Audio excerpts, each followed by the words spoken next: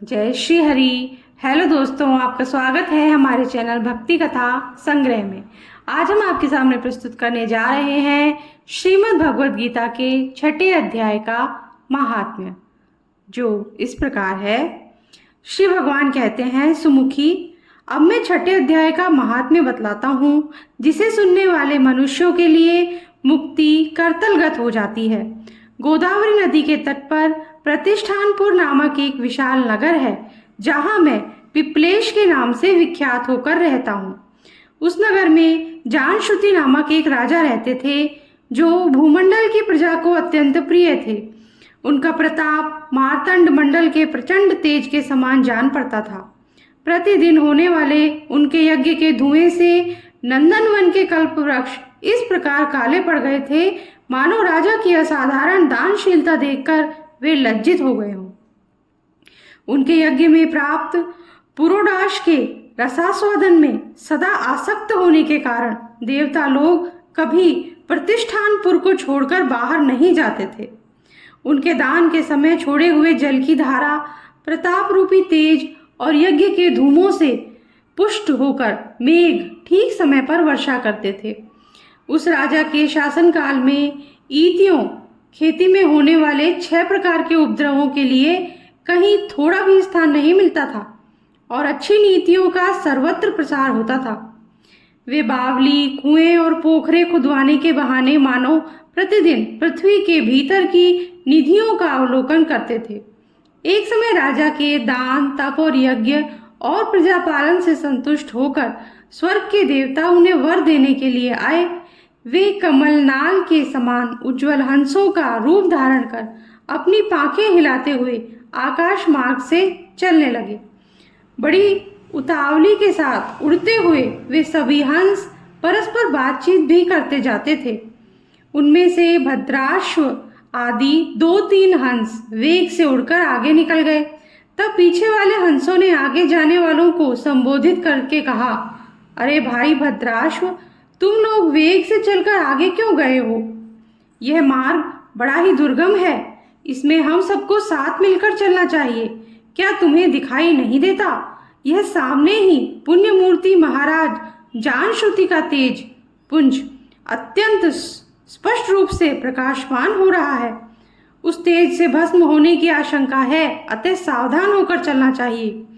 पीछे वाले हंसों के ये वचन सुनकर आगे वाले हंस हंस पड़े और उच्च स्वर से उनकी बातों की अवहेलना करते हुए बोले, अरे भाई, क्या इस राजा जानश्रुति का तेज ब्रह्मवादी महात्मा रैक्क के तेज से भी अधिक तीव्र है?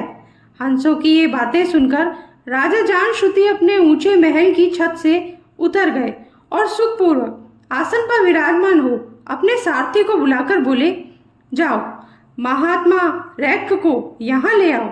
राजा का यह अमृत के समान वचन सुनकर मह नामक सारथी प्रसन्नता प्रकट करता हुआ नगर से बाहर निकला। सबसे पहले उसने मुक्तिदायिनी काशीपुरी की यात्रा की, जहां जगत के स्वामी भगवान विश्वनाथ मनुष्यों को उपदेश दिया करते थे। उसके बाद वह गया क्षेत्र में पहुंचा। वहां प्रफुल्ल नेत्रों वाले भगवान गदाधर संपूर्ण लोकों का उद्धार करने के लिए निवास करते हैं। तदनंतर नाना तीर्थों में भ्रमण करता हुआ सारथी पापनाशिनी मथुरापुरी में गया। ये भगवान श्री कृष्ण का आदि स्थान है, जो परम महान एवं मोक्ष प्रदान करने वाला है। वेद और शास्त्रों में वह तीर्थ त्रिभुवनपति भगवान गोविंद के अवतार स्थान के नाम से प्रसिद्ध है। नाना देवता और ब्रह्मर्षि उसका सेवन करते हैं। मथुरा नगर कालिंदी के किनारे शोभा पाता है। उसकी आकृति अर्धचंद्र के समान प्रतीत होती है। वह सब तीर्थों के निवास से परिपूर्ण है। परम आनंद प्रदान करने के कारण सुंदर प्रतीत होता है। गोवर्धन पर्वत के होने से मथुरा मंडल की शोभा और भी बढ़ गई है। वह पवित्र वृक्षों और लताओं से आवृत है। उसमें 12 वन है। वह परम पुण्यमय तथा सबको विश्राम देने वाले श्रुतियों के सारभूत भगवान श्री कृष्ण की आधार भूमि है। तत्पश्चात मथुरा से पश्चिम और उत्तर दिशा की ओर बहुत दूर तक जाने पर सारथी को काश्मीर नामक नगर दिखाई दिया, जहां शंख के समान उज्जवल गगनचुंबी महलों की पंक्तियां भगवान शंकर के अट्टहास की भांति शोभा पाती हैं। जहाँ ब्राह्मणों के शास्त्रीय आलाप सुनकर मूक मनुष्य भी सुंदर वाणी और पदों का उच्चारण करते हुए देवता के समान हो जाते हैं, जहाँ निरंतर होने वाले यज्ञ धूम से व्याप्त होने के कारण आकाशमंडल मेघों से धुलते रहने पर भी अपनी कालिमा नहीं छोड़ते, जहाँ उपाध्याय के पास आकर छात्र जन्मकालीन अभ्यास से संपूर्ण कलाएं स्वतः पढ़ लेते हैं, तथा जहाँ माणिकेश्वर नाम से प्रसिद्ध भगवान चंद्रशेखर देहधारियों को वरदान देने के लिए नित्य निवास करते हैं। कश्मीर के राजा माणिक्येश ने दिग्विजय में समस्त राजाओं को जीतकर भगवान शिव का पूजन किया था, तभी से उनका नाम माणिक्येश्वर हो गया था। उन्हीं के मंदिर के दरवाजे पर महात्मा रैक एक छोटी सी गाड़ी पर बैठे अपने अंगों को खुजलाते हुए वृक्ष की छाया का सेवन कर रहे थे। इसी अवस्था में सारथी ने उन्हें देखा। राजा के बताए हुए भिन्न भिन्न चिन्हों से उसने शीघ्र ही रैक को पहचान लिया और उनके चरणों में प्रणाम करके कहा, ब्राह्मण, आप किस स्थान पर रहते हैं? आपका पूरा नाम क्या है? आप तो सदा स्वच्छंद विचरने वाले हैं, फिर यहाँ किस लिए ठहरे हैं? इस समय आपका क्या करने का विचार है? सारथी के वचन सुनकर परम आनंद में निमग्न महात्मा रैक ने कुछ सोचकर उससे कहा, यद्यपि हम पूर्ण काम है, हमें किसी वस्तु की आवश्यकता नहीं है, तथापि कोई भी हमारी मनोवृत्ति के अनुसार परिचर्या कर सकता है। रैक के हार्दिक अभिप्राय को आदरपूर्वक ग्रहण करके सारथी धीरे से राजा के पास चल दिया। वहां पहुंचकर राजा को प्रणाम करके उसने हाथ जोड़कर सारा समाचार निवेदन किया। उस समय स्वामी के दर्शन से उसके मन में बड़ी प्रसन्नता थी। सारथी के वचन सुनकर राजा के नेत्र आश्चर्य से चकित हो उठे। उनके हृदय में रैक का सत्कार करने की श्रद्धा जागृत हुई। उन्होंने 2 खच्चरियों से जुती हुई एक गाड़ी लेकर यात्रा की, साथ ही मोती के हार, अच्छे अच्छे वस्त्र और 1 सहस्त्र गोएं भी ले ली। कश्मीर मंडल में महात्मा रैक जहाँ रहते थे उस स्थान पर पहुंचकर राजा ने सारी वस्तुएं उनके आगे निवेदन कर दी और पृथ्वी पर पड़कर साष्टांग प्रणाम किया। महात्मा रैक अत्यंत भक्ति के साथ चरणों में पड़े हुए राजा जान श्रुति पर कुपित हो उठे और बोले, रे शूद्र, तू दुष्ट राजा है, क्या तू मेरा वृत्तांत नहीं जानता? यह खच्चरियों से जुती हुई अपनी ऊंची गाड़ियां ले जा, ये वस्त्र, ये मोतियों के हार और ये दूध देने वाली गोएं भी स्वयं ही ले जा।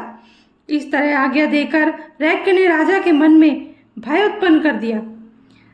तब राजा ने शाप के भय से महात्मा रैक के दोनों चरण पकड़ लिए और भक्ति पूर्वक कहा, ब्राह्मण, मुझ पर प्रसन्न होइए भगवान, आप में यह अद्भुत महात्म्य कैसे आया?